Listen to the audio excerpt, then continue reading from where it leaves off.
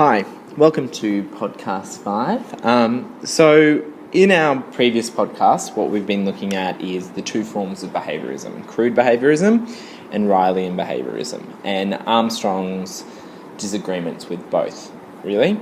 And so just for a quick review, what he's saying basically is that it's wrong to think about the mind as equaling behaviour, as being the same thing as behaviour, and that really there is something going on inside our minds, that there's more to our minds than just our behaviour. So now we have a really clear understanding of what Armstrong thinks the mind is not, but the question for us now is, what does he think the mind actually is? And towards the bottom of page 7, this is where he comes to explain what he thinks the mind actually is.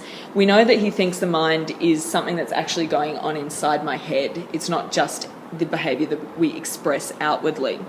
So he thinks it's actually something inside our head that causes our behaviour. We have something in us that actually causes us to behave in certain ways. So if we go back to the example of the angry man, as you can see on your screen right now, when the angry man behaves in an angry way, this is because there's something actually going on inside his head that's saying, I feel really angry, I need to express my anger somehow. So Armstrong believes that a person who behaves angrily doesn't just have angry behaviour or an angry disposition. He actually has these things called mental states inside his head, and these mental states cause his angry behaviour. So this brings us to Armstrong's overall conclusion about what the mind is. And this is a really important couple of sentences that are in quotation marks here. The mind is the same thing as mental states. In other words, the mind is states of a person that, under suitable circumstances, bring about a certain range of behaviour. So this is kind of interesting because I think, and I don't know if you agree, Tim, but this is kind of how most people would think about the mind anyway. So he's just kind of giving us quite an obvious conclusion about what the mind is. The mind is something inside our heads, some state in our heads that causes us to behave in certain ways. What do you think? Yeah, for sure. And like if we think about the example of me getting annoyed at you, it's my inner feelings of frustration and upsetness and that are making me chuck things at you. Yeah, so they're your mental states, your thoughts and emotions, yes. which are causing you to chuck things at me. Yeah, absolutely. Exactly. That's what Armstrong thinks. Okay, so now we're skipping down to about halfway through page 8. We're going to come back and do the top half a bit later. So here, Armstrong is linking back to his discussion of Ryle and the discussion of dispositions, and disagreeing with Ryle's idea that a certain input, like an action towards the glass, will equal a certain output, given its disposition for brittleness. Yeah, and Armstrong is saying, no, there's more to it than that. That there's actually something within the glass that is causing it to break. Now, Lizzie, what do you reckon a scientist would think is that cause, that internal state? Well, if you asked a scientist, they wouldn't say that the glass just happens to kind of magically break under certain circumstances. They would say that there's actually something kind of inside the glass that causes it to behave in that way. So I think that they would say that the glass contains certain type of molecules. So the molecules that are actually in a glass are particularly brittle type of molecules. So like the point that Armstrong's making is the glass, it doesn't just have a disposition. It doesn't just magically break under certain circumstances. There's actually something inside the glass that is the cause of that breaking. So to sum up, Armstrong is agreeing with scientists that a disposition of an object is a state of that object. So it's more than just input equaling an output like Ryle would say. And this means that dispositions are actual causes, something that Ryle would completely disagree with.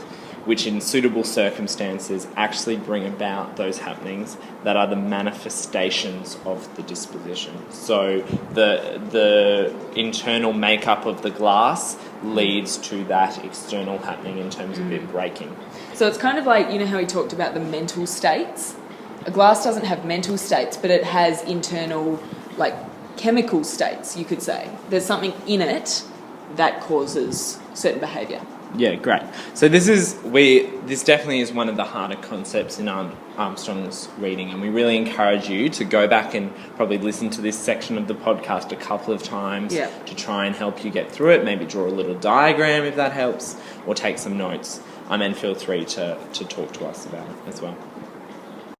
So if you now go to the last paragraph of page 9 and the first paragraph of page 10, we want you to have a read over that yourselves, because here Armstrong is just, again, summarising his view of what the mind is. Okay, and that will help you answer questions 16 and 17. So we're now up to the last paragraph of page 10.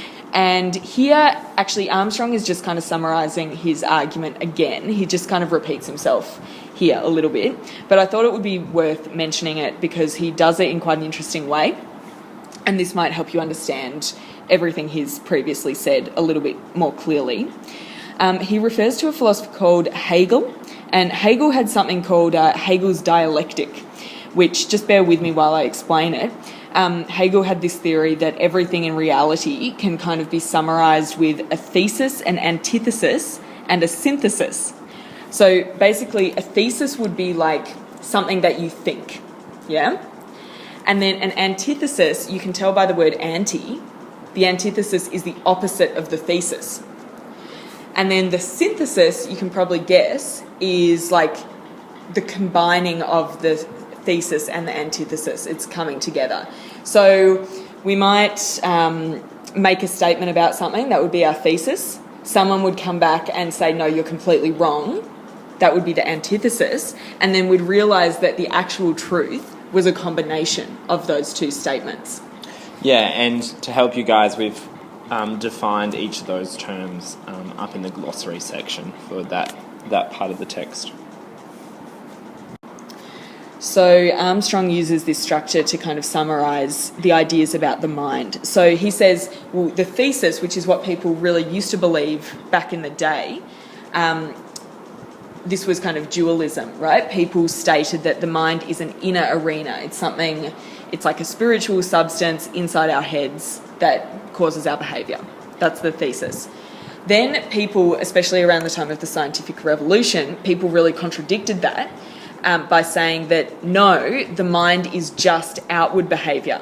The mind is nothing more than just the way you act. Obviously, that's what behaviourism says. And that's kind of the antithesis of saying that the mind is an inner arena.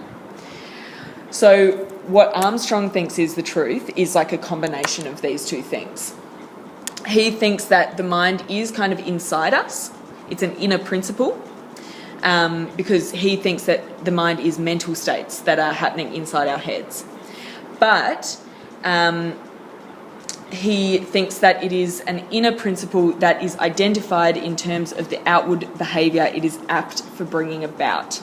So the mind is something inside us. It's not just our behaviour, but it's not really a spiritual thing. He doesn't think it's a spiritual substance. He just thinks it's mental states of our brain that can produce certain behaviour.